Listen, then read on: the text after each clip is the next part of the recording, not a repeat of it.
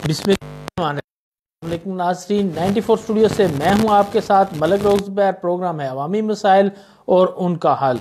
आज हम बात करने जा रहे हैं जो वकला पर FIR दर्ज हुई है और जो अदालत का जो सीन मंडी बहाउद्दीन में क्रिएट हुआ उस पे मेरे साथ जो शख्सियत मौजूद हैं किसी तारफ़ के मोहताज नहीं, चौधरी ज़ैद यार गोंदल साहब सदर हैं डिस्ट्रिक्ट बार एसोसिएशन मंडी बहाउद्दीन के। और उनसे आपके अगर कुछ सवालात हों आप नीचे लिख सकते हैं। और उनके साथ तशरीफ़ रखते हैं एजाज़ अहमद जंजुआ साहब, साबिक़ सिटी नाज़म हैं, जानी पहचानी शख्सियत हैं। प्रोग्राम का बाकायदा इब्तिदा जो है वो चौधरी ज़ैद यार गोंदल साहब से करें। थोड़ा सा जो है वो इस सारा जो बना मामला वो लोग आपकी ज़बानी सुनेंगे तो उनको सही जैनवन ज़ाहिर बात है कि जो पहले वकला आते रहे वो आपकी नुमाइंदगी करते रहे, लेकिन जो असल तो आप जो बता सकते हैं आवाम को वो आवाम सुनना भी चाहेगी। प्लीज़ थोड़ा सा ये जो सारा मामला माहौल बना थोड़ा सा उस बारे में बताइएगा आवाम को। जी बहुत शुक्रिया सर। सबसे पहले जो बात है वो आप माहौल की बात कर रहे हैं, मैं ये आपके तवज्जो से बात करना चाहता हूँ कि जो अदालतें हैं उनका एहतराम हम उतना ही करते हैं, जजेस से ज़्यादा एहतराम हम वकला करते हैं। और वकला कम्युनिटी जब अपना कोई भी जो है स्लोगन बनाती है या प्रोटेस्ट करती है इन केस ऑफ आर्गूमेंट्स जज साहब के सामने, तो वो उसको कभी वकला गर्दी का नाम दिया जाता है। जब पुलिस के अपने इख्तियारात का नाजायज इस्तेमाल करती है उनको जब हम रोकते हैं तो उनको भी फिर वकला गर्दी का नाम दिया जाता है। तो ये सारा सीन जो है वो जो क्रिएट हुआ, मैं उसका बैकग्राउंड भी आपको बता देता हूँ और जिस तरीके से ये कुछ मामलात हुए और हम मंडी बहाउद्दीन के वकला को वकला गर्दी के साथ मंसूब किया गया। ये जो सिलसिला है जजेस का और वकला का, एक तो ये जो जुडिशल सिस्टम है पाकिस्तान का या पूरी दुनिया का जो जुडिशल सिस्टम है, इसमें वकील और जज दो जो है इंपॉर्टेंट फिगर्स हैं। जज को एजेंट ऑफ द कोर्ट कहा गया है, एजेंट ऑफ द जस्टिस कहा गया है, और जो वकील है उसको ऑफिसर ऑफ द कोर्ट कहा गया है। हम जो भी केस लेके जाते हैं, लोगों की दाद रसी लेके जाते हैं, जज के पास जाते हैं, अपने केस की प्रेजेंटेशन करते हैं और जज जो है कानून के मुताबिक उसकी कार्रवाई करता है। ये जो मखसूस केस है जिसमें ये सारा मसला बना, ये मोहम्मद आसिम बनाम असिस्टेंट कमिश्नर मंडी बहाउद्दीन केस फाइल हुआ कंज्यूमर कोर्ट में, और एप्लीकेशन जो है उसका टाइटल था बराए वागजार कराए जाने कब्जा, कि पोजेशन जो है वो दिलवाया जाए। सबसे पहली बात जो है वो आपको ये बताता जाऊं कि ये कंज्यूमर कोर्ट की ज्यूरिसडिक्शन ही नहीं है, कतई ज्यूरिसडिक्शन नहीं है। जज साहब के पास जब ये एप्लीकेशन आई तो जज साहब ने जो सबसे पहली चीज देखनी थी, हाईकोर्ट रूल्स के अंदर जो मेंशन है उन्होंने देखना था कि ये जो एप्लीकेशन है उनकी कोर्ट में मेंटेनेबल है या नहीं है। जज साहब ने उसको यकसर नजरअंदाज किया। इसमें जो मसूल है नंबर 2 था, जिसको हम रिस्पॉन्डेंट नंबर 2 कहेंगे, हसन अली जो है एक स्कूल टीचर था, उसकी तरफ से मेरी प्रेजेंटेशन थी कि जज साहब ने अपनी जजमेंट में भी जो है वो मुझे जो है AC और DC का नुमाइंदा डिक्लेयर करके उनका वकील डिक्लेयर करने की कोशिश किया, और उनको अपनी पूरी फाइल के बारे में भी नहीं पता था। और आपको एक और बात बताता जब तो 23 तारीख को का जो ऑर्डर शीट है जज साहब की अदालत की इस केस में मोहम्मद आसिम नाम असिस्टेंट कमिश्नर में, उसमें ऑलरेडी जो उनकी ऑर्डर शीट है उसमें लिखा हुआ है कि मसूल नंबर 2 जो हसन अली स्कूल टीचर था उसकी तरफ से ज़ैद यार गोंदल एडवोकेट का वकालतनामा दाखिल किया गया। जबकि 24 तारीख को जज साहब ने जो है उसका मेरा वकालतनामे का जिक्र नहीं किया। जज साहब 15 दिन तक मेरा जवाब लेने के भी पाबंद थे। जो आइन कहता है, जो कंज्यूमर कोर्ट एक्ट कहता है, जो कंज्यूमर प्रोटेक्शन एक्ट है, उसके मुताबिक 15 दिन का टाइम जो है वो मुझे मिलना था, अब मैं रिटर्न रिप्लाई फाइल करता। जज साहब ने वो टाइम भी मुझे नहीं दिया। 24 तारीख को जिस दिन राना महबूब को जज साहब ने सजा की है उस दिन मैं इधर मौजूद नहीं था, मैं एक अजीज थे उनकी फोतगी पे चला गया था, और मेरा क्लर्क जो है वो जज साहब के पास गया कि हमें रिटर्न रिप्लाई फाइल करने का जो है वो टाइम दिया जाए। जज साहब ने वो टाइम नहीं दिया। जज साहब ने पहले राना महबूब को महबूस कर दिया, उनको 228 का नोटिस दे के उनको सजा किया, AC को अपनी अदालत में बुलाया गया। ये जो 26 तारीख का वकूआ है या जो 30 तारीख का है जिसकी CCTV फुटेज चल रही है, मैं ये कहता हूं कि 24 तारीख की जो फुटेज है जिस दिन रानी महबूब को सजा किया गया, जिस दिन एसी को अदालत में बिठा के उसको तौहीन अदालत का नोटिस दे के हसन अली के मकान की अलाटमेंट जो है वो कैंसिल करवाई गई है। और फिर एक और लेटर जारी करवाया गया जिसमें एसएचओ को ये डायरेक्शन की गई है कि आप जो है पोजेशन रिस्टोर करें। वो 24 तारीख की फुटेज जो है वो आज तक क्यों नहीं सामने आई? ठीक हो गया। जो जज साहब ने फैसला लिखा, उस फैसले के अंदर जज साहब ने आपका जिक्र किया, वो क्या जिक्र था? उस फैसले में जज साहब ने जो जिक्र किया वो ये किया कि जज या गोंदल जो है वो एसी और डीसी की तरफ से नुमाइंदगी कर रहा है और मेरे जो केस है उसमें मुझे प्रेशराइज कर रहा है।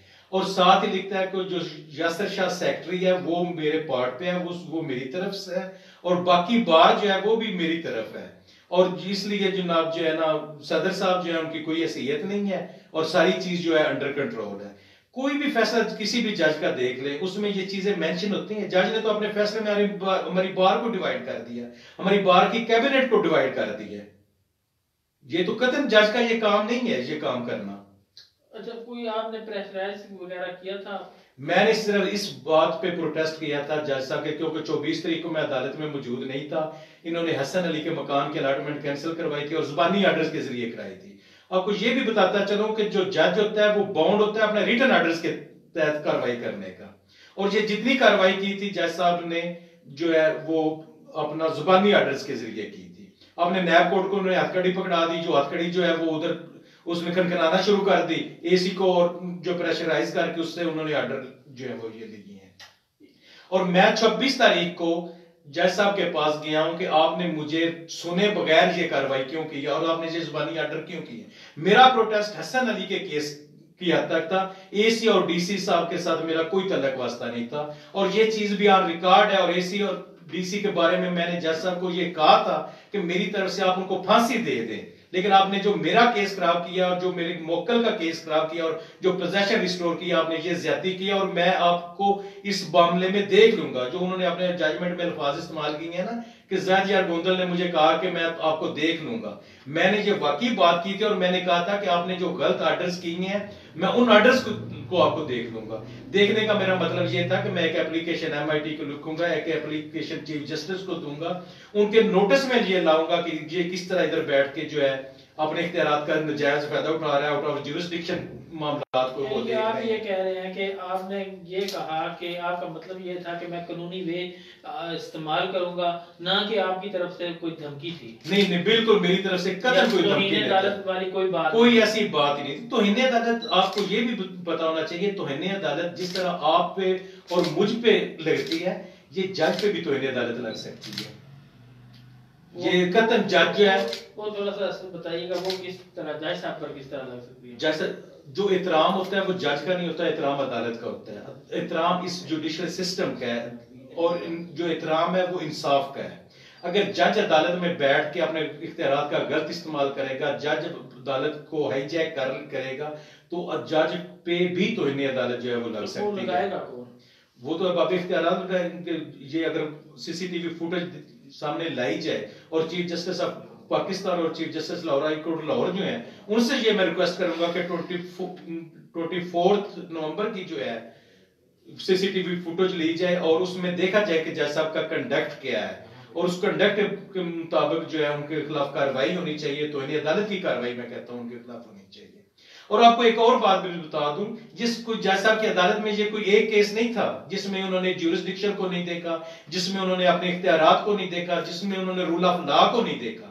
जज मैं ओपनली कहता हूं कि जज साहब के पिछले 6 महीने के जो है केसेस, 6 महीने के केसेस जो है वो निकलवा लिए जाए, उनका रिकॉर्ड चेक कर लिया जाए।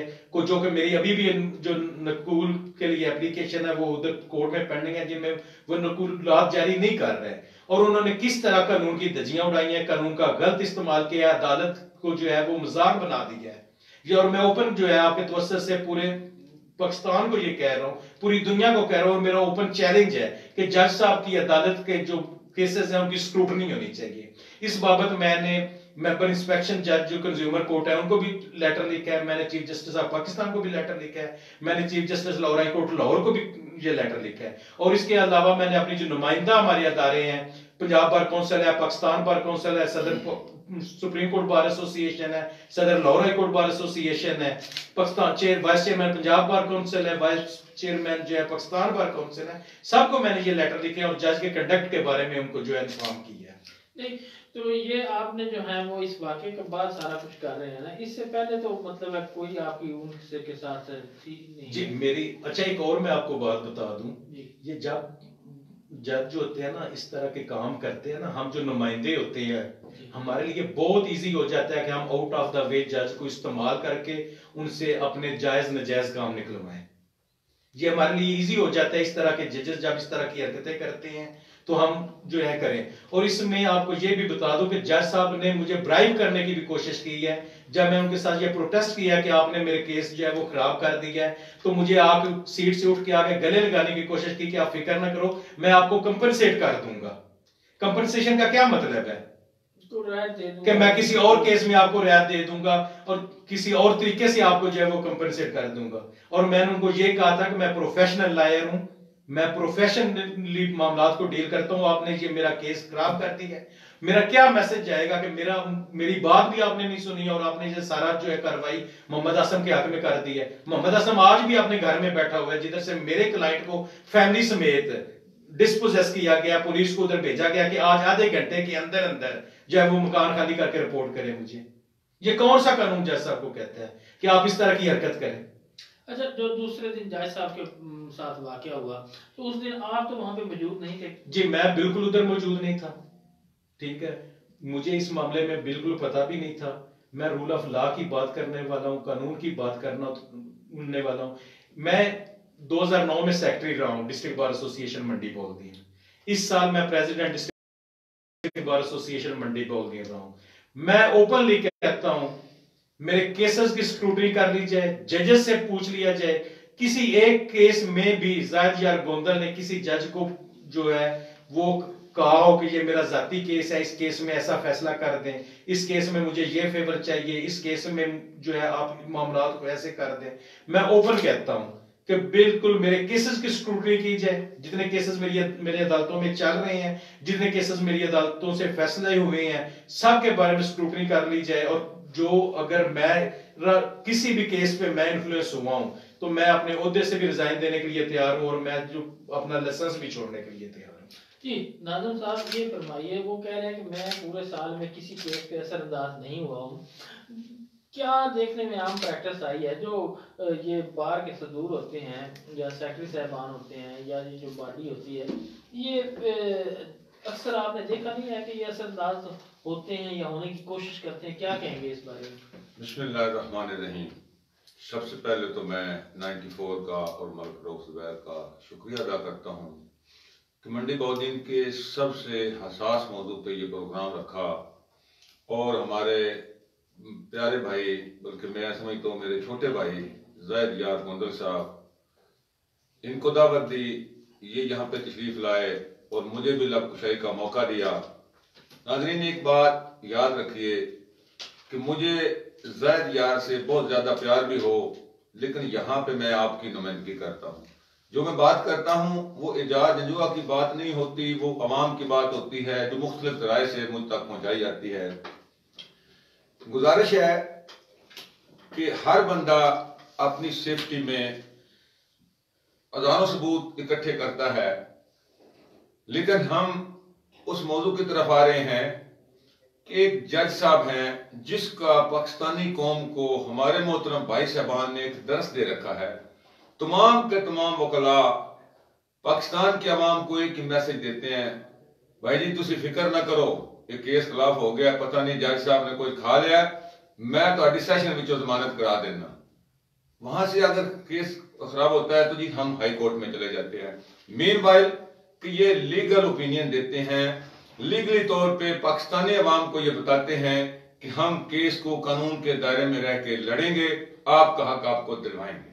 ये एक अच्छी बात है, एक अच्छी रवायत भी थी कि हमें जजों का और अदालत का एहतराम वकला ने सिखाया कि जी जज साहब अगर गलत भी फैसला कर दें, किसी सिफारिश पे कर दें या किसी भी वजह से कर दें, तो पाकिस्तानी अवाम को बोलने की जरूरत नहीं है कि जज साहब आपने ये फैसला गलत किया है।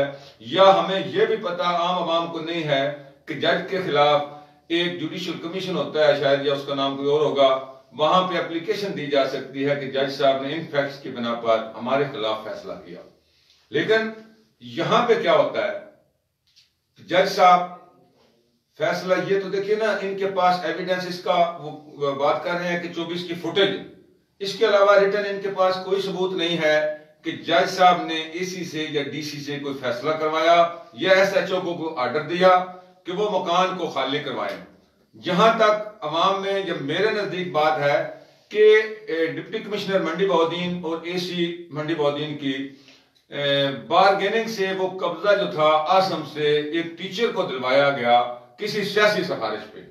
वहां पे मैला फाइडी थी, एक बंदा जो था उस मकान में राइश पजीर था, महकमा इनहार का, उस टीचर की सिफारिश कहीं से आ गई, उससे मकान खाली करवा लिया गया। एक तो वहां पे ये इनलीगल एक्शन किया हमारे इंतजामिया ने, उसके बाद वो बंदा जो मुतासर था उसने यहाँ पे आके दरखास्त दायर कर दी अदालत में। अब फैसला क्या होना है, वहां पे राणा महबूब साहब, जो मैं तो उनको आज मंडी बहाउद्दीन का विलन कहूं या हीरो कहूं, लेकिन सारे के सारे इस मामले का बुनियाद राणा महबूब बना कि जब उसने जज साहब के साथ तौहीन अमेज रवैया अख्तियार किया कि जी आपके पास ये कौन सा, मतलब बदतमीजी से बोला कि जी आप ये क्यों कर रहे हैं, यूं कर रहे हैं, वहां कर रहे हैं। अच्छा, उनको गुस्सा आ गया, उन्होंने उसको 3 माह की सजा सुना दी और एसी साहब को और डीसी साहब को तलब कर लिया। अब देखिए ये केस का जो फैसला है, जब राणा साहब को सजा हुई तो एक प्रेशर पड़ गया डिप्टी कमिश्नर मंडी बहाउद्दीन पे और एसी मंडी बहाउद्दीन पे। उन्होंने उस मामले को डिस्पोजेशन करके उस बंदे को जिसका असल कब्जा होना चाहिए था उसको कब्जा वापस दिलवाया, ताकि हम सुबह जज साहब को कहें कि जी हमने ये इस बंदे की दादरसी कर दी है, इस मुद्दई की दादरसी कर दी है। तो वहां पे पेश हुए तो जज साहब के साथ उन्होंने भी कोई ऐसी बदतमीजी की होगी, मुझे तो इल्म नहीं, लेकिन उन्होंने एक लीगल वे इख्तियार किया जिसके तशरीह वकला करेंगे, हाई कोर्ट के या सुप्रीम कोर्ट के या मंडी बहाउद्दीन के भी कर सकते हैं। उन्होंने उनको 3 माह के लिए तौहीन अदालत केस में जेल भिजवा दिया गुजरात। अब क्या बात है, जो हमारे पास अवामी सतह पे जो रिपोर्ट्स हैं, मीडिया के हवाले से रिपोर्ट्स हैं, हमारे भाई जैद यार साहब ने एसी साहब को और डीसी साहब को तहफ़्फ़ुज़ भी दिया और डीपीओ मंडी बहाउद्दीन के साथ मीटिंग करके उनको जेल ना भेजने का मशवरा भी दिया कि जी इनको आप जेल में ना ले जाएं, कोई ऐसा टेक्निकल तरीका इस्तेमाल किया जाए कि इनकी जमानत हो जाए, बेल हो जाए, ये जिले के अफसरान है। तो डीपीओ मंडी बहाउद्दीन ने अपनी कमजोरी की वजह से या अपने क्या कहते हैं वो इंतजामी उसके साथी होने की वजह से उनको रिलैक्स दिया और उनको हाई कोर्ट पहुंचा दिया। जब भी किसी बंदे के साथ इतनी रायत कानून के खिलाफ दी जाती है, कानून को तोड़ के एक इंतजामी अफसर को, देखिए इंतजामी अफसर पाकिस्तान के अवाम की टैक्सों से तनख्वाहें लेता है, वो अवाम का खादिम है। कानून की इम्प्लीमेंटेशन करना मैं तो समझता हूं कि सबसे ज्यादा जिम्मेदारी इंतजामिया की और वकला की है। अच्छा, अब क्या होता है, दूसरे दिन जब नोटिस जारी हुआ जायद यार गोंदल साहब को, दूसरे दिन जज साहब के, अब जब एसी और डीसी साहब को सजा दी जाती है तो मैं नहीं समझता कि बार सदर हो जायद यार गोंदल और वो जाके जज साहब से ये करे कि ये आपने ये क्या तमाशा लगा रखा है, आपने उनको सजाएं क्यों दी हैं। वहां पे उन्होंने तलब कलामी हुई, इनको नोटिस जारी कर दिया तौहीन अदालत का। अब चाहिए तो ये था कि जो डेट देगी थी उस पर जाके ये उस सफाई देते या अपना जो भी था नुक्ता नजर बयान करते अदालत के सामने कि जी आपने ये गलत दिया है, जो लीगल वे था। या कम अज कम मैं यहां तक अपने भाई को राय दूंगा कि ये अदालत में एहतजाज करते जज साहब के उस नोटिस के खिलाफ या इसको चैलेंज करते किसी भी कोर्ट के फोरम पे, मगर इनकी गैर मौजूदगी में वो वकला जो अदालत में चले गए 1 दिन पहले तारीख से और वहां पे जाके एक मौजूद जज की तौहीन की, उसके साथ बदतमीजी का मुजाहरा किया, उसको उठा के ले गए। ये फुटेज पूरी दुनिया देख रही है। उनको रिटायरिंग रूम में ले गए। अब उससे आगे का तो हमें नहीं पता, हमारे पास वो सुनी सुनाई बातें कि जी वहां से भी निकाल के गाड़ी में बिठाया, उनको घर की तरफ भेज दिया, अदालत को ताले लगा दिए। लेकिन जो हमें नजर आ रहा है, अवाम को जो नजर आ रहा है टीवी पे, वो भी इंतहाई काबिल अफसोस और काबिल मुजम्मत वाकया है। अब उसमें यह था, मैं पहले भी सजेशन दे चुका हूं कि वो एक हमारे दोस्त फाजिल वकील साहब ने कहा था कि बच्चे थे, जज्बाती थे। मैंने कहा ये बच्चों ने जज्बात का मुजाहरा किया, लेकिन वहां पे बड़े बड़े सीनियर वकला थे, मंडी बहुदिन की अहम शख्सियात थी, इस मामले को फौरी तौर पे वो हैंडल करते, जज साहब के साथ रब्ता करके इस मामले को वहीं पे दफन कर देते। कि ये क्योंकि बकौल जैद साहब के भी और मेरी नजर में भी जज साहब और वकील बड़े और छोटे भाई हैं, एक फैमिली मेंबर हैं, एक जुडिशरी सिस्टम का हिस्सा है दोनों, और दोनों लॉ मेकर हैं। तो इस मामले को पब्लिक तक जाने नहीं चाहिए था। ये काबिल अफसोस वाकया आ गया। अब उस पे ये तो वकलाई राय दे सकते हैं कि एक दहशत गर्दी का पर्चा हो जाता है। अब खैर मेरा जाती नुक्ता नजर तो ये है कि ये दहशत गर्दी नहीं है, ज्यादती जरूर है, इसको मैं मान लेता हूं, लेकिन दहशत गर्दी का पर्चा दे दिया गया। इस पे आज भी मैं ये समझता हूं कि ये सारी की सारी नाअहली, इस सारे के सारे मामले को बिगाड़ने वाले मेरे ख्याल में पुलिस अफसरान थे। क्योंकि अगर वो वहां पे कानून को वायलेट न करते, स्टार्ट से ही कानून की पाबंदी सबसे करवाते, तो ये शायद इंसिडेंट भी ना होता। अगर डिप्टी कमिश्नर साहब और एसी साहब को एक दिन जेल में रहना पड़ जाता, या कम अज कम उनकी रहायश को सब जेल करार दे दिया जाता, या एक अवामी फैसला था, एक जज साहब ने फैसला किया तो उनको सजा दी गई, खुदा न खास्ता को क्यामत नहीं टूट पड़ी थी, ना ही को आसमान गिर गया था कि एक एसी साहब और डीसी साहब अगर एक दो दिन के लिए जेल भी चले जाते तो पाकिस्तान टूटने का खतरा कोई नहीं था, जैसे यहां पे कानून को वायलेट किया गया। हाँ, इसके बाद ये होता कि हाई कोर्ट में जाके इस जजमेंट को चैलेंज किया जाता कि जनाब इन्होंने गलत फैसला किया है, क्योंकि हमारे हजारों भाई जेलों में पड़े हैं, झूठे मुकदमों में उनको सजाएं हुई हैं, या वो हवालाती हैं, उनकी दाद फरियाद सुनने वाला कोई नहीं पाकिस्तान में, उनको ये रिलीफ देने वाला कोई नहीं कि वो हाई कोर्ट में या इवन सेशन जज के पास जाके अपनी जमानत करवा दें। लिहाजा यहाँ पे ये इंसिडेंट बहुत गलत हुआ, और उसमें मैं समझता हूं कि हमारे चंद वकला का कसूर है। उनको मेरे नजदीक या तो सरेंडर करना चाहिए या उनको कानून के मुताबिक सजा मिलनी चाहिए। जी, जो कुछ सबसे पहले जो है ना, मैं आपके रिकॉर्ड की दुरुस्ती कर देना चाहता हूं। आपने कहा कि एसी डीसी को जो है जैद या गोंदल ने तोहफज दिया और उसके बाद जो है पुलिस ने उनको ना पकड़ा। इसमें जब एसी और डीसी को जज साहब ने सजा दे दी थी, उसके बाद मैं जज साहब के पास अपने केस के, हसन अली के केस की नुमाइंदगी के लिए गया था, और जब मेरे और जज साहब के दरमियान थोड़ा सा जो है नरमी गर्मी हो गई थी, मुझे जज साहब ने पैगाम भिजवाया था कि ठीक है, एसी और डीसी को भी मैं कुछ नहीं कहता, आप ऐसे करें कि हसन अली के बारे में 24 तारीख को जो कुछ मैं कर बैठा हूं उसकी मुझे माफी दें।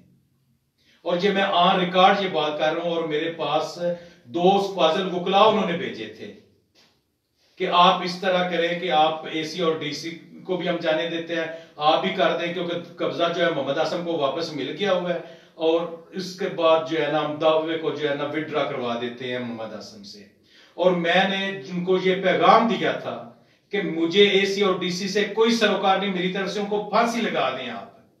मैं अपने क्लाइंट का केस जो है डिफेंड करने के आया हूं, और मैंने उसका केस डिफेंड करना है। फिर मेरे भाई बात कर रहे हैं कि उसने एक एप्लीकेशन दी, अदालत में एप्लीकेशन दी, उसने कानूनी तरीकाकार इख्तियार किया। इसमें यह देखना होता है कि मकान का कब्जा किसके पास है। इसमें जो हसन अली था उसने सिविल कोर्ट में, मंसूर साहब हैं जो सिविल जज मंडी बहुद्दीन है, उनके केस कोर्ट में इस्तकरारी हक और हुक्म इम्तनाई का केस फाइल करके स्टे लिया हुआ था, और जज साहब को जब उस स्टे की भी कॉपी प्रोवाइड की गई तो वो कहते हैं कि वो सिविल जज है, मेरे ऊपर लागू नहीं होता कि मैं उसकी बात मानूं। अच्छा जी जजुआ साहब, यहाँ पे इन्होंने बहुत ही इंतहाई अहम बात कर दी कि जज साहब ने वकला भेजे, आपने भी बात सुन ली कि मैं सारा कुछ एसी डीसी को भी जाने देता हूँ, सारा मामला यानी कि खत्म करते हैं, फिनिश करते हैं। अब जो जज साहब ने फैसला सुनाया तो वो तो मंडी बहुद्दीन के सोशल मीडिया पे तारीख बदल दी ना, मंडी बहुद्दीन की तारीख बदल गई, एसी डीसी सारे अफसरान जामिया उड़ा दी। वो हीरो तो बन गए, लेकिन अब ये जो अंदर की बात आज जो है वो हमारे जो डिस्ट्रिक्ट प्रेसिडेंट हैं बार एसोसिएशन के चौधरी जैद यार गोंदल साहब ने बता दिया, इस पे आप वो किस नजर से आप करता हूं ना जी, गुजारिश पता है क्या है, एक तो मेरे फादर भाई ने ये बताया कि मंसूर साहब के पास उनका केस था, तो आम आवाम भी, सारे वकला भी, इंतजामिया भी सब जानते हैं कि जब भी किसी की जगह पे मकान पे कब्जा किया जाता है ना, तो अदालत में पहले स्टे लिया जाता है, फिर उनको जूते मार के भगा दिया जाता है। अदालत ये समझती है कि इस बंदे का कब्जा जी जब तक केस चल रहा है इसका स्टे जारी होगा। देखिए हमारी ये सिस्टम की कमजोरी कह लें या खामी कह लें, हमारे साथ ये होता आ रहा है। खुदारा आज भी मैं अर्ज करूंगा अनाएं छोड़ें, वकला भी, जज साहबान भी और इंतजामिया भी मेरिट पे आए, क्योंकि अवाम मेरिट चाहती है। अब ये जो आपने बात की है कि भाई जैद साहब ने कहा कि जज साहब ने इनके पास 2 वकील भेजे, मैं ये समझता हूं कि अगर उन्होंने ये किया था तो शायद ये कानून की खिलाफ वर्जी थी। मुझे ये नहीं पता कि उन्होंने फैसले से पहले ये इकदाम किया है या फैसले के बाद किया है। क्लैश हो जाता है, 2 भाइयों में भी हो जाता है, कोई इतना बड़ा इशू नहीं है। लेकिन अच्छे लोग वो होते हैं जो अपनी बातों को सुलझा लेते हैं। यहां पे मैं समझता हूं कि जज साहब ने अंडरग्राउंड क्या किया, जुबानी क्या किया, ये जाने और वो जाने, लेकिन जो पब्लिक के सामने बात आई वो तो ये थी कि जज अपना एसी साहब और डीसी साहब को सजा हो गई और मुखलाफ पे पर्चा हो गया। अब इसका एक फैक्टर मैं समझाना चाहता हूं कि अवाम इतनी खुश क्यों हुई, इसमें जज साहब हीरो कैसे बने। ठीक है, अब नाज़िम साहब जो है ना, इन्होंने जो है वो मुका लगता है दूसरी पार्टी के साथ किया हुआ है, वकला के खिलाफ जाके बिल्कुल वामी नुमाइंदगी की यहाँ पे मैं बिल्कुल ऐसे नहीं होने दूंगा। मैं बतौर एंकर इसलिए बैठा हूँ, इस बात में आप थोड़ी सी वजाहत में मैं बात कर दूं। नाज़िम साहब मेरे मोहतरम हैं, 2 चीजें हैं, एक अवामी जज्बात है और एक कानून है। कानून के जज्बात नहीं होते, कानून अपने रास्ते पे चलता है। ये कह रहे हैं कि मोहम्मद आसम जो है उसको उन्होंने घर से निकाल दिया हसन अली ने। मोहम्मद आसम को अगर घर से निकाला है तो उसने किसी अदालत में स्टे लिया हुआ था। जो कानूनी बात ये कर रहे हैं, कानूनी तकाजों की बात कर रहे हैं और कानून के बारे में बात कर रहे हैं, उसका कोई मोहम्मद आसम की तरफ से किसी अदालत में कोई स्टे, कोई एप्लीकेशन थी? जवाब क्या नहीं थी। हसन अली ने तो सारे कानूनी तरीकाकार इख्तियार किया।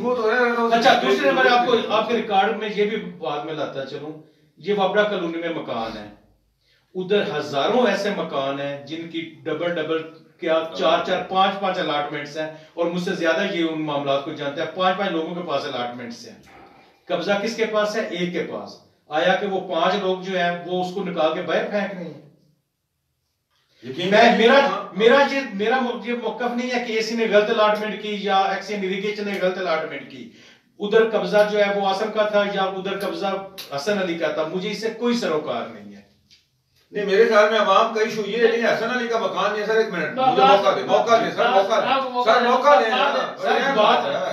बात लॉजिक के साथ करनी चाहिए, जज्बात के साथ बात नहीं करनी चाहिए। यार गोंदल साहब को जज साहब ने जब पैगाम भेजा तो आपने जो है वो मतलब है बैक पे क्यों नहीं, मतलब है आपके? मेरा भाई, मैं प्रोफेशनल लॉयर हूं, मैं कोई बकाऊ वकील नहीं हूं। इस केस में क्या होता है, जज साहब किसी और केस में 50,000 लाख 2 लाख 5 लाख रुपए का मुझे कोई बेनिफिट दे देते, यही हो सकता था ना। मुझे इससे मैंने 5,000 लिया या 10,000 लिया जो या कुछ भी नहीं लिया। मुझे अपना वकालतनामा जो है वो मेरे लिए ज्यादा मुकद्दस है, ना कि वो पैसे। अच्छा, तो ये कानूनी हैसियत किस नजर से आप देखते हैं कि जो वो मतलब आपसे साजबाज कर रहे थे, उसको आप खुद ही देखिए, आपने वर्ड इस्तेमाल किया साजबाज। साजबाज की कोई कानूनी हैसियत नहीं होती। ये अंडर हैंड मामलात होते हैं कि आप ऐसे कर ले, हम ऐसे कर देते हैं, ये अंडर हैंड मामलात होते हैं। अच्छा, मेरा आप लोगों से सवाल है, जजुआ साहब से सवाल है, वकलागर्दी हो गई, मैं भी बतौर वकील इस जुडिशल सिस्टम का हिस्सा हूं, मैं कंडेम करता हूं कि ऐसा नहीं होना चाहिए था, हो गया। उसके बाद जितनी लाकानूनियत इस मुआशरे में और इस डिस्ट्रिक्ट मंडी बौद्धी में और वकला के साथ हो रही है, उस पे किसी ने आवाज उठाई है? उस पे हमने आवाज उठाई, हमने यहाँ पे बात की।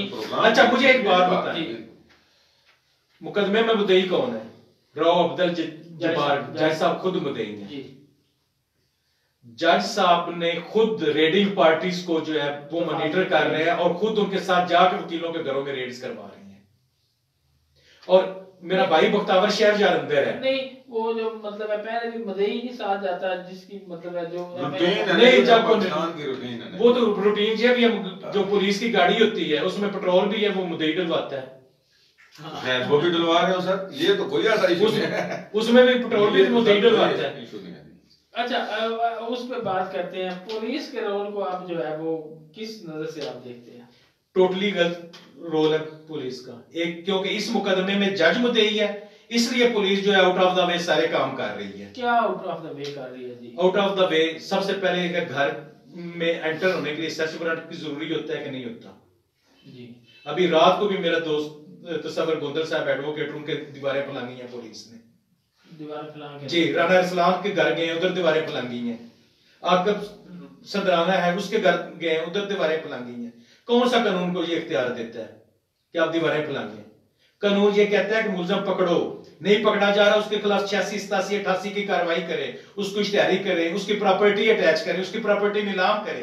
कानून ये कहता है। कानून ये नहीं कहता कि जाओ क्योंकि इस मुकदमे में जो है वो जज मुद्दई है इसलिए आपको इजाजत है आप लोगों के घरों की दीवारें जो है वो फैलाएंगे। अच्छा वो दीवारें तो चले फैलांग रहे हैं, एक कानून की वायलेशन कर रहे हैं, लेडीज पुलिस तो उनके साथ जरूर होती होगी ना? किसी जगह पे भी दिखा लेडीज पुलिस होने के घरों में एंटर हो रहे हैं लेडीज पुलिस किसी भी रेड में लेडीज पुलिस नहीं है। ये भी वायलेशन हो रही है। ये भी वायलेशन हो रही है। जो एफआईआर में दफात लगी हैं उनसे आप मुतमिन हैं? नहीं। कौन कौन सी दफा गलत लगी है? सबसे पहली जो दफा है ना जो 6 और 7 ATS दहशतगर्दी के एंटी टेररिज्म एक्ट की दफा है उसमें ये फाल करता है जो 6M में जाके कि किसी पब्लिक सर्वेंट को कॉशन और थ्रेट जो है वो करते हैं। जज जो है पब्लिक सर्वेंट है। मुझे आप ये बताएं जब किसी क्लर्क के ऑफिस में हंगामा रही होती है पुलिस उधर 7 ATS लगाती है? इस जज के दफ्तर के अलावा किसी दफ्तर में जब अगर इस तरह का होता है और ये जो दूसरे नंबर पे आपने फुटेज भी देखी है किसी के हाथ में कोई डंडा कोई रोड़ा कोई ईंट नहीं वो तो नहीं किसी किस्म का कोई थम जी। जो फुटेज है उसमें एक प्रोटेस्ट हो रहा है, हार्श वर्ड्स जरूर इस्तेमाल हो रहे हैं। कोर्ट में अगर हार्श वर्ड्स हो जाते हैं जजेस हमारे साथ रोज हार्श हो जाते हैं। हम जो वकील होते हैं ना वकीलों में ये होता है फर्ज किया मेरे 5 या 6 केस लगे हुए हैं एक अदालत में लगे हुए हैं, एक केस में जो है वो जज मेरे साथ ज्यादती कर देता है हम टॉलरेट कर जाते हैं कि यार अभी 5 और भी केस लगे हैं हमने उनमें भी कार्रवाई करनी है। हम जजेस को टॉलरेट करते रहते हैं। जब जज आउट ऑफ द वे जाता है आउट ऑफ द रूटीन जाता है जब कानून से बालातर होता है उस वक्त हम प्रोटेस्ट करते हैं।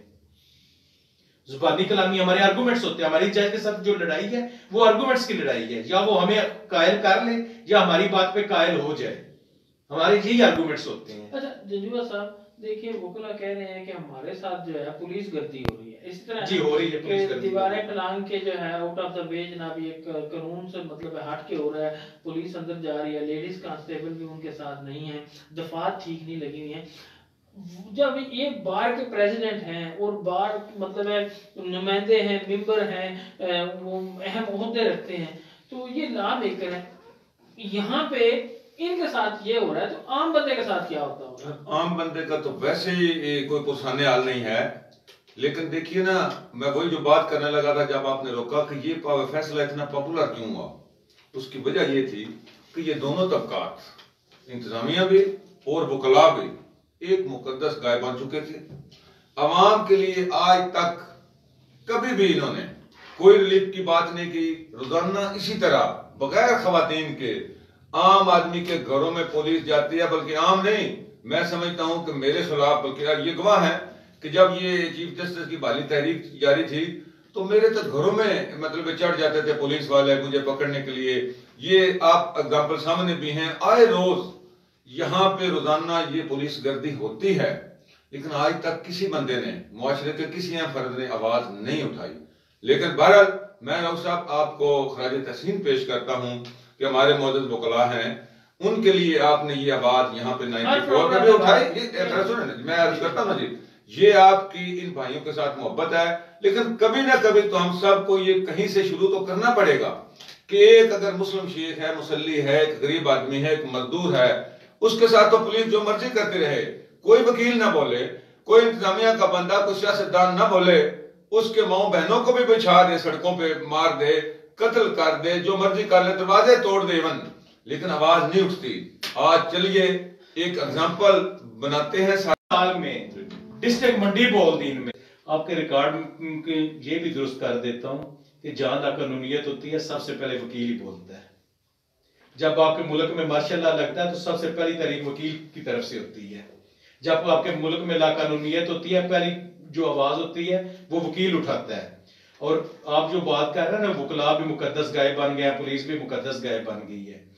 देखें, हमारे भाइयों ने काम गलत किया, मैं भी FIR में हूं, पंजाब बार काउंसिल ने मेरा लाइसेंस सस्पेंड कर दिया, मेरे भाइयों के लाइसेंस सस्पेंड कर दिया, हमारे ऑफिस सीज कर दिए। मैं कहता हूं जो जज है जिसने गलत काम किया है, इब्तिदा किधर से हुई है? Who has fired the first bullet? इब्तिदा किधर से हुई है? वो जज की कलम से हुई है इब्तिदा, वो जज के हाथों से इब्तिदा हुई है। उसके खिलाफ अभी तक किसी फोरम ने कोई आवाज उठाई है? हाइक वो आज भी बैठा हुआ है, 2 और 8 की गाड़ियां उसके साथ होती हैं, वो बिल्कुल धड़ल्ले के साथ आता है। अभी जो वीडियो वायरल हुई है, जुमा पढ़ के आ रहा है, वो ऐसे फातिहाना अंदाज से जा रहा है जैसे इंडिया को फतह करके आ रहा है जज। ये तो वकील किसी ने भी तो उसके खिलाफ कोई मतलब आपके खिलाफ आवाज नहीं ना उठाई। अच्छा, मैं उसके साथ हो गए, एक सुने जी, जज हो गए जज के साथ, वकील हो गए वकील के साथ, पुलिस होगी पुलिस के साथ। अब यहाँ पे अवाम का क्या कसूर है? मैं ये कहता हूं कि अवाम अपने राइट के लिए क्यों नहीं उठती? कितनी ही पिटीशंस होती हैं, कितनी एप्लीकेशंस होती हैं, जब हमारे पास आते हैं हम उनको एप्लीकेशन तैयार करके देते हैं, हम फाइल करते हैं, प्राइवेट कंप्लेंट्स फाइल करते हैं। यही जो होते हैं पुलिस वाले, ये कभी आपको सिफारिश लेके चले जाते हैं, कभी आपको लेके चले जाते हैं, वो बेचारा घर बैठ जाता है, वो कहता है जी मेरा राजीनामा हो गया। ये सर क्या करें? मैं कहता हूं अवाम खुद नहीं उठ रही, अवाम खुद नहीं उठ रही। जिस दिन अवाम उठ जाएगी उस दिन इस मुल्क में इनकलाब भी आ जाएगा, इस मुल्क के हालात भी बदल जाएंगे। लेकिन एक मिनट सर, ये रऊफ साहब के साथ जो बोले थे, DPO के खिलाफ बोले, तो इनको इनकाउंटर करने के ऑर्डर हुए, इनको गिरफ्तार कर लिया गया, पर्चे दिए गए, फिर पता नहीं कहां से हमने रिक्वेस्ट तरले करके मजबूरन इसकी और इसके साथ एक दोस्त की जान छुड़वाई। अब अवाम कहां उठे? मैं वैसे कमजोर आदमी क्या कर सकता है? मैं जो ना बड़े माजरत के साथ कि मुझे पे फिर तौहीन अदालत ना लग जाए, राव जुबार जैसे जजेस को मैं कहता हूं, अगर हम वकलागर्दी करते हैं ना, ये राव जुबार जैसे लोग हैं जिन्होंने अदालती दहशतगर्दी पैदा की हुई है। और मैं इसके लिए आपको ये भी कह रहा हूं, जो पाकिस्तान अभी मुझे बड़ी तकलीफ होती है जब पता चलता है ये पाकिस्तान जो है वो जो रैंकिंग में 129 नंबर पे आ गया है, मुझे भी तकलीफ होती है। वो क्यों आ गया? साहब जो बात हो रही थी कि उनके साथ अब 2 लीड की गाड़ियां चल रही हैं, यानी कि अजाफी बोझ नहीं पड़ा हुआ खजाने पे, और पुलिस भी यहाँ पे सर 700 की नफरी जो है वो अजाफी मंगाई गई है, 700 की नफरी भी इधर मौजूद है हमारे लॉन्स के अंदर जनाब। वो अपने हैमलेट के तकिए बना के लेटे होते हैं। सारे अजाफी अखराजात हो रहे हैं जज साहब की वजह से, उसका जो है वो कहां से पूरे किए जा रहे हैं अजाफी? आपको याद होगा पहले भी मैंने तो ये एक दफा कहा था कि ये जो हमारे MP MNAs है ना, इनको भी फारग करें, डायरेक्ट IMF हुकूमत संभाल ले। उसकी वजह क्या है कि एक वो अमेरिका के जो वजीर खारजा थी, पता नहीं उनका क्या नाम था, जब वो आए थे पीपल्स पार्टी के दौर में, जब सैलाब आया था तो वो पाकिस्तान की इमदाद करने के लिए आए, तो जितना शाना प्रोटोकॉल दिया गया तो वो जाके कहने लगे अमेरिका में कि पाकिस्तान को तो मदद की जरूरत ही कोई नहीं है, उनके पास तो इतने मतलब पैसे हैं, उनको जरूरत नहीं है मदद की। गुजारिश ये है कि जब किसी के पास पाकिस्तान में अख्तियार आ जाता है तो वो खुद को खुदा या फिरौन समझने लग जाता है, और पाकिस्तानी अवाम को वो दबाने के चक्कर में, लूटने के चक्कर में सारे के सारे कायदो ज़ाबित भूल जाता है। यहां पे भी यही हुआ है। लेकिन इस कौम को सोचना होगा, हमें जो सबक दिया गया कि पाकिस्तान में अदलिया के खिलाफ, फौज के खिलाफ किसी ने बात नहीं करनी, जो करेगा वो ज़ेर अताब है, वो गद्दार है, उसको सजा दी जाएगी, उसकी सजा है मौत। तो अब क्या है, जो मेरे भाई ने कहा कि हम 126वें नंबर पे चले गए इंसाफ में, तो जनाब 2 ही हैं जो इंसाफ पे मबनी है, जिनके जिम्मे इंसाफ की जिम्मेदारी है, एक वकला हैं और एक जजेस हैं। हम जो अनपढ़ कौम है, हमें क्या पता कि ये 126वें नंबर पे वकला की वजह से गए या जजेस की वजह से गए।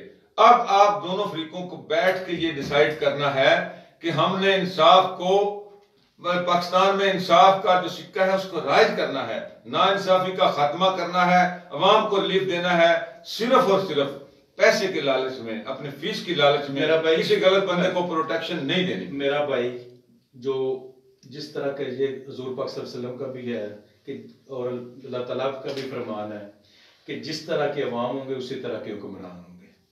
हमारे यहाँ एक आदमी फायर करता है, एक फायर लगता है, एक आदमी मर जाता है, FIR कितने लोगों के खिलाफ होती है? 10 लोगों के खिलाफ, 12 लोगों के खिलाफ। और उधर जो सबसे पहले अदालत में हलफ उठा के झूठ कौन बोलता है? ये आम आदमी बोलता है, ये आपकी अवाम बोलती है। जो अक्सर होते हैं वहां पे मौजूद ही नहीं होते वो। हर FIR का तकरीबन 99% जो केसेस हैं, जो फौजदारी केसेस हैं, वो गवाह उधर मौजूद ही नहीं होते। गवाह जो होता है वो लाहौर बैठा होता है, मुद्दई कराची बैठा होता है, 6-6 घंटे 10-10 घंटे डेड बॉडी पड़ी रहती है कि वो आ जाए, फलां आदमी आके मुद्दई बनेगा और फिर जो है कार्रवाई होगी। सबसे पहले इस जुडिशियल सिस्टम को ठीक करने के लिए, इस प्रोसेस को ठीक करने के लिए आपको ठीक होना पड़ेगा, मुझे ठीक होना पड़ेगा। आप मेरे पोस्टमार्टम ही नहीं होता, डेड बॉडी 2-2 दिन नहीं होते पोस्टमार्टम। उधर थानों में पैसे लगा के रोजनामचे को रोका जाता है, इधर इंतजार किया जाता है कि कब हमारी मर्जी का डॉक्टर, फलाना डॉक्टर जो है उसकी फलाना टाइम जो ड्यूटी आएगी, वो हमारी मर्जी के मुताबिक हमें पोस्टमार्टम तैयार करके देगा। अच्छा, तो ये सारी जो बातें हैं, तो कब जो है वो अमली तौर पर पाकिस्तान में जो है वो एक पाकिस्तान हो जाएगा, 2 पाकिस्तान नहीं रहेंगे, और अमली तौर पर कानून जो है वो कब नाफज होगा जैसे दूसरे ममालिक में जो तरक्की याफ्ता ममालिक हैं? ये देखो भाई, ग्रेजुअली प्रोसेस है, ये ग्रेजुअली प्रोसेस है। इसमें ये कहना कि फलाने 5 साल में हो जाएगा, 2 साल में हो जाएगा, साल में हो जाएगा, ये नहीं होना।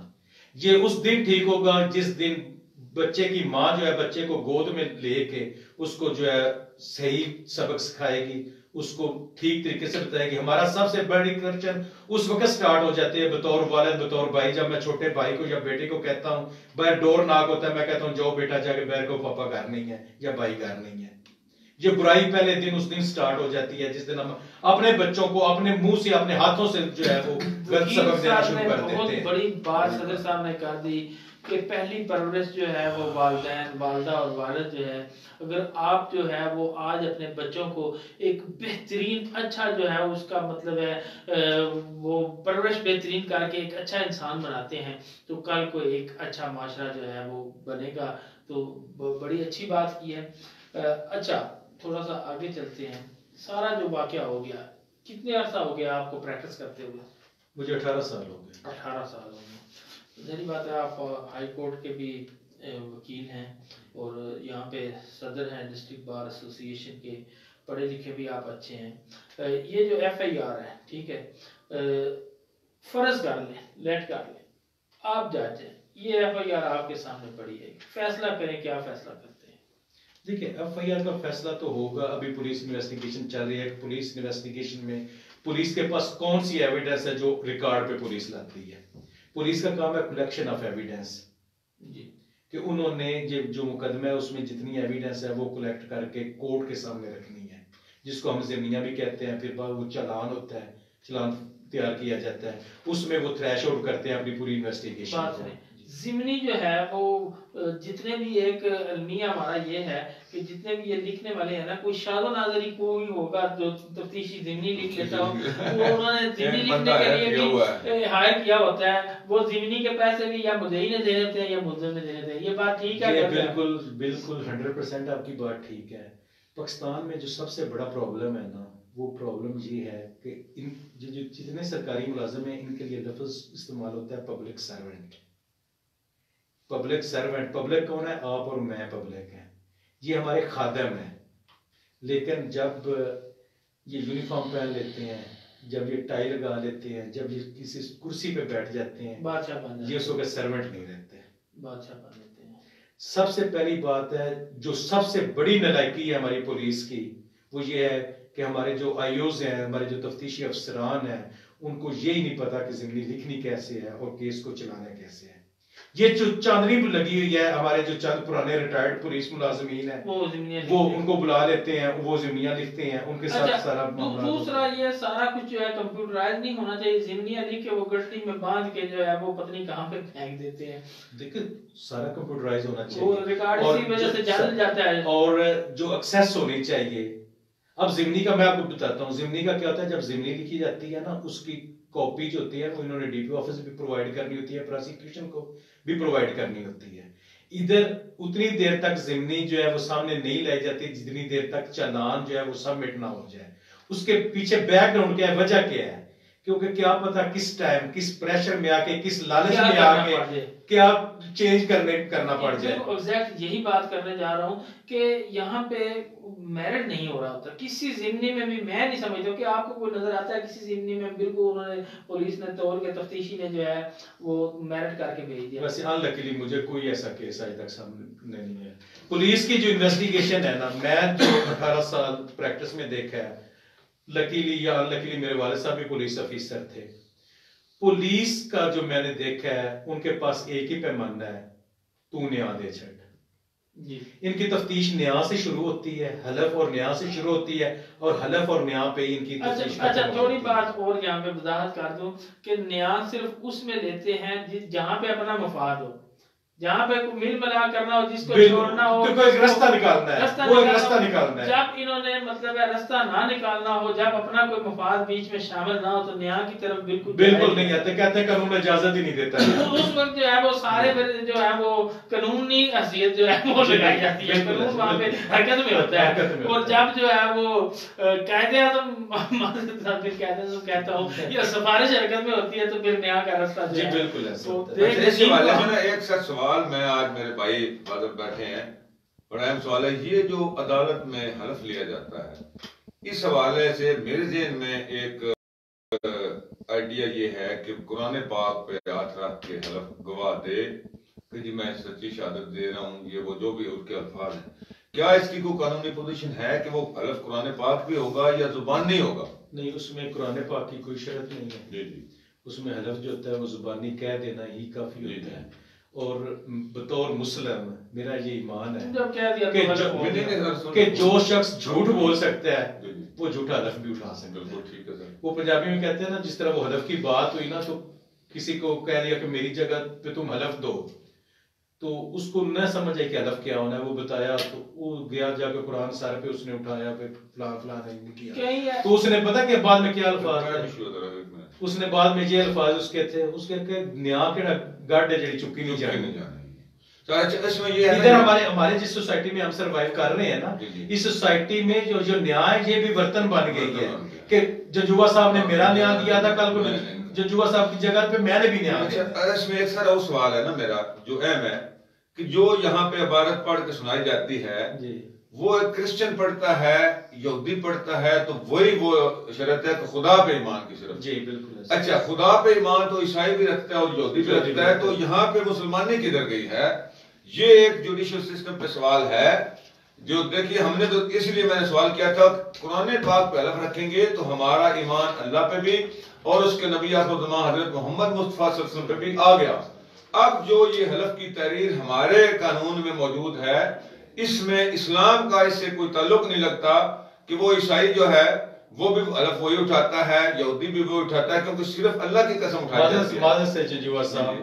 अदालत जो है वो सिर्फ मुसलमानों के लिए नहीं है, उधर ईसाई ने भी जाना है, उधर हिंदू ने भी जाना है, उधर यहूदी ने भी जाना है, उधर पारसी ने भी जाना है। उधर जो हमारा हलफ के अल्फाज होते हैं ना, वो अल्लाह ताला के आलमी सतह पे जो है, आलमी सतह पे जो है वो क्यों जो हमारा जुडिशियल सिस्टम जो है वो रैंकिंग मतलब वो जो आलमी ताकतें हैं वो क्यों हमें बदनाम करती हैं? हमारा जो रैंकिंग सिस्टम क्यों नीचे उन्होंने रख दिया है?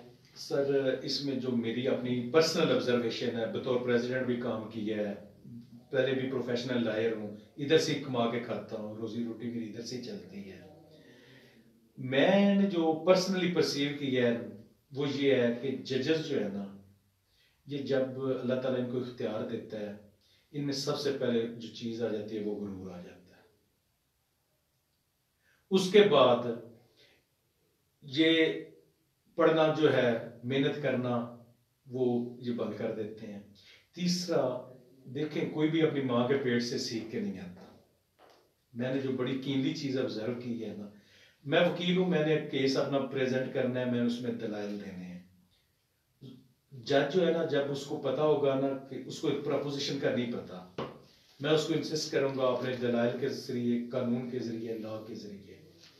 और मैं कई दफा फील किया कि जज फील कर देता है कि उनके ये पता क्या लफाज वड्डा एहसान पढ़ान ਅਸੀਂ पढ़ के नहीं चाची पढ़े यार जी आपकी गुड लक है कि क्वेश्चन जो 5 आपको आते थे क्या आप कहना चाह रहे हैं कि फैसलों में कुछ जो है वो जाती फैसलों में नेपोटिज्म झोल आ जाती जी है आ जाते हैं उनकी जजेस का जुडिशियल माइंड नहीं होता इनकी जो ट्रेनिंग्स होनी चाहिए इनका जुडिशियल माइंड नहीं होता दूसरे नंबर पे मैं जो जुडिशियल सिस्टम है उसमें एक जज है उसका फैसला चैलेंज करते हैं सेशन कोर्ट में जाता है हाई कोर्ट में जाता है हाई कोर्ट के जजेस सीनियर हैं सेशन जज भी वो एक्सपीरियंस्ड होता है वो जब देखते हैं कि इस हमारे फलाने जज ने ये आउट ऑफ द वे किया है कानून को इसने मद्देनजर नहीं रखा या इस फैसले में झोल नजर आ रहा है कि लालच नजर आ रहा है कि नेपोटिज्म नजर आ रहा है कि फेवरेटिज्म नजर आ रहा है अकरबा परवरी आ रही है या ये जज प्रेशराइज होकर ये फैसला कर रहा है जो ऊपर वालों को चाहिए कि उसको उस पर तंबीह करें उसको शोकाज नोटिस दें उससे पूछे भाई ये देखो जी तुमने क्या ब्लंडर किया है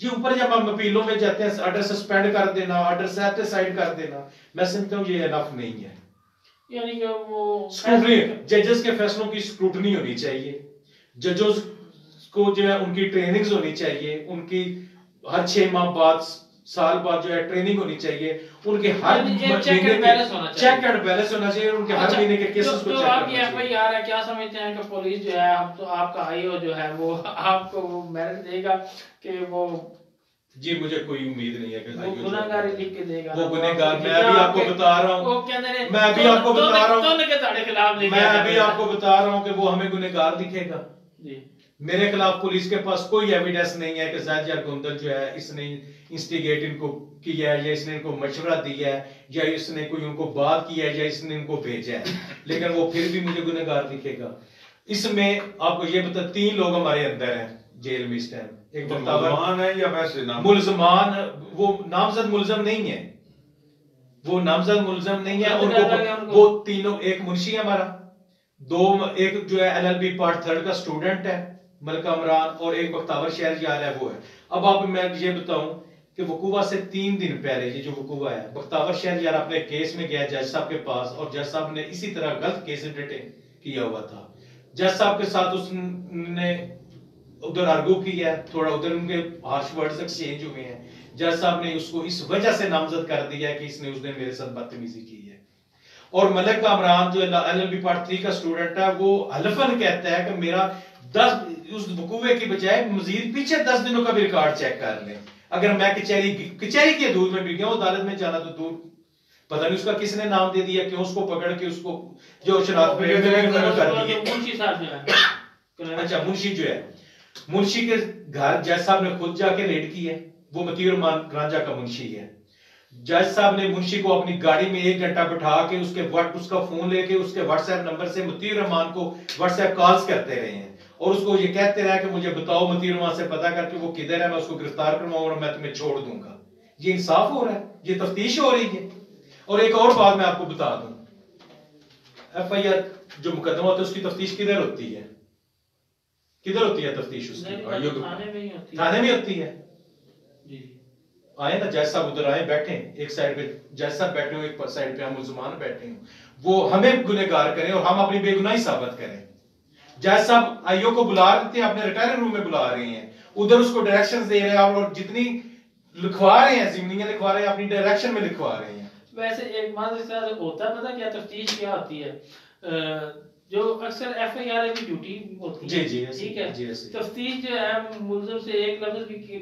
काफी केसों में पूछे नहीं जाता तफ्तीश की खुद ही जो कोई लिख आता है तो इसमें भी ऐसे ही कोई तफ्तीश वाला वो सीन नहीं है जैसे आप फिल्मों में देखते हैं कि बैठा है बंदा हाँ जी कैसे हुआ होता ही कुछ नहीं है जो कुछ लिखना आता है वो खुद ही जो है वो खुफिया रख के लिख के सामने पे आ अच्छा इस केस में आपको एक बात मजे की बताऊं आप किसी वक्त ना प्रोग्राम करके असिस्टेंट डिस्ट्रिक्ट अटॉर्नी और डिप्टी डिस्ट्रिक्ट अटॉर्नी है उनको भी बुला लें एसी और डीसी की तरफ से रिटन रिप्लाई तैयार था और वो लेके गए हैं फाइल करने जो शोकाज नोटिस उनको तो अदालत का जारी हुआ था ना उसमें जज साहब की टेबल में पड़ा हुए हैं उनके रिटन रिप्लाई और अपने ऑर्डर में जो है जज साहब ये लिखवा रहे हैं और मैं इस चीज का विटनेस हूं आई विटनेस हूं उस वक्त अपने जो ऑर्डर में भी उन्होंने लिखवाया कि डिप्टी जो है ना असिस्टेंट जो अटॉर्नी और डिप्टी अटॉर्नी वो भी मेरे साथ रिटायरिंग रूम में गए हैं उनके पास रिटन रिप्लाई उनकी जज साहब की टेबल पे पड़ा हुआ था और अपने ऑर्डर में वो ये लिखवा रहे हैं कि जनाब एसी और डीसी जो है वो रिटर्न अप्लाई जो है वो फाइल ही नहीं कर रहे और कहते हैं आपने जो करना है कर लें।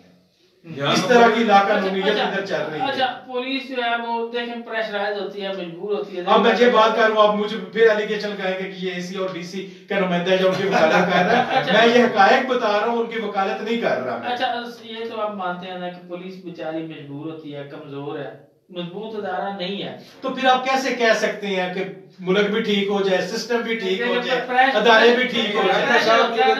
ये पुलिस इंडिपेंडेंट इदारा नहीं है। पुलिस बेचारी क्या, पुलिस इंडिपेंडेंट इदारा, वजह क्या है कि पुलिस ने उनके पास सुबह रिमांड लेने जाना है, वो सारा दिन उनको बिठा देते हैं, हमने आपको रिमांड ही आज नहीं देना, उनके चलान जो है वो सबमिट नहीं होते। तो आप वकील भी तो उनको अदालतों में नहीं आने देते, वो जाति काट के तो उसको ऑलरेडी मतलब पीट देते हैं सारे वकील। कोई उसके अच्छा, मुझे ये बताइए जुजुआ साहब, कितने केसेस होते हैं, मार कुटाई होती है, लड़ाई होती है, 1 या 2 केसेस में होते हैं, डेली कितने केसेस होते हैं अदालतों में? बहुत ज्यादा।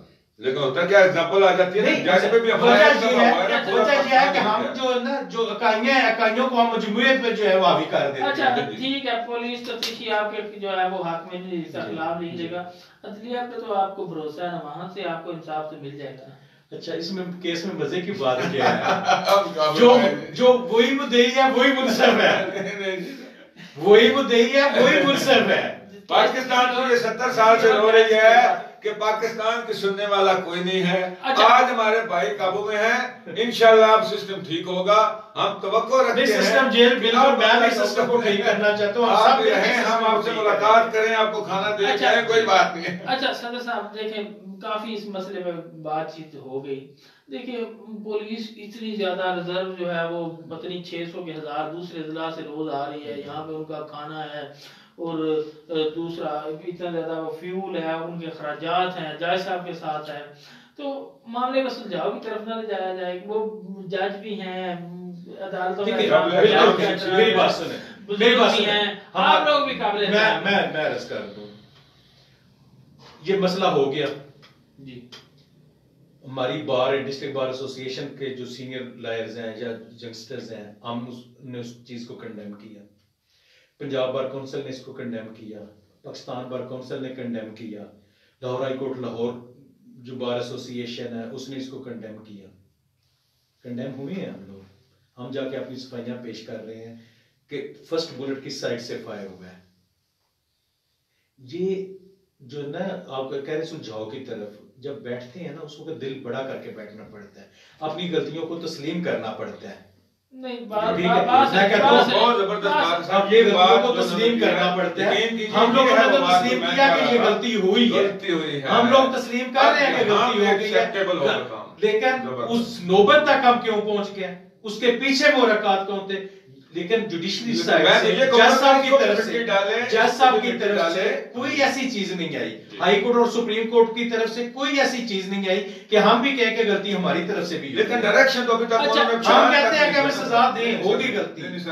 छोटा मीडिया पे तो आपने कह दिया ना, अभी तक उनसे ना तो किसी ने मौकफ लिया है, ना उनसे को मिला है। देखिए इंशाल्लाह वो भी हमारे लिए काबिल एहतराम है, वो एक अहम शख्सियत है, आप भी अहम शख्सियात हैं। इंशाल्लाह मैं ये समझता हूँ कि मंडी बहादीन में भी ऐसी ऐसी शख्सियात मौजूद है, पंजाब में भी, पाकिस्तान में भी, जो ये नहीं चाहते कि ये टकराव जो है ये मजीद बढ़ता जाए, वो कोशिश करें।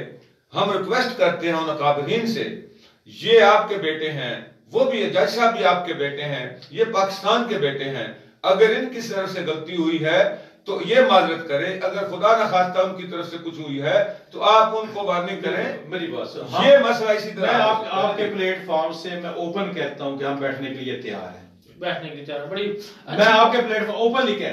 अब मुझे ये बताएं, अगर हमने इसी तरफ जाना हो, उस दिन वकूवा हुआ है, वकूवे के बाद कोई हमने रोड ब्लॉक किया, कोई हमारी तरफ से रैली निकली हो, लेकिन हड़तालें तो चल रही है ना सर, हड़तालें हमारे हड़तालें आप फिर दलील कर रहे हैं। अब आपको हम ठीक है, हमारी वकील की हड़ताल चल रही है, इन्होंने केसेस की दायरी बंद की हुई है, तो उन्होंने भी कहा मेरी आप पूरी बात सुन ले जंजुआ साहब, पूरी बात सुन ले। केसों की दायरी बंद किस कानून के तहत? जमानतें नहीं हो रही हैं, किस कानून? मेरी बात सुने, बंद पड़ी है, मेरी बात सुने, पुलिस मेरी बात जो है सुने काफी ज्यादा जो है वो तैनात है, अखराजात बहुत ज्यादा हो रहे हैं। मेरी गुजारिश है, हाथ जोड़ के, छोटा मुंह बड़ी बात है, 94 धारा छोटा है, मैं छोटा मतलब सोशल मीडिया का एंकर हूँ, हाथ जोड़ के गुजारिश है वकला से भी, जज साहब से भी, ये आपके बेटे हैं, खुदारा इन्हें माफ कर दीजिए, सिस्टम को चलने दें, माफी दें इनको, जो कुछ हो गया माफी तलाफी जो है वो करके इसको मामले को आगे बढ़ाएं। तो आपने भी बातें सुन ली, कुछ आपके कमेंट्स हों वो नीचे दीजिएगा। मैं चौधरी जैद यार गोंदल साहब जो हैं सदर डिस्ट्रिक्ट बार एसोसिएशन मंडी महोदय, वक्त निकाल के उनको स्टूडियो में तशरीफ लाने पर बहुत ज्यादा मशकूर हूँ। शुक्रिया सर, आप इजाज़त अहमद जंजूआ साहब आपका शुक्रिया। इंशाल्लाह अगले दिन में किसी नए प्रोग्राम के साथ दोबारा हाजिर होंगे। मलिक रोज़बैर को 94 से इजाजत दें। अल्लाह ने के बाद।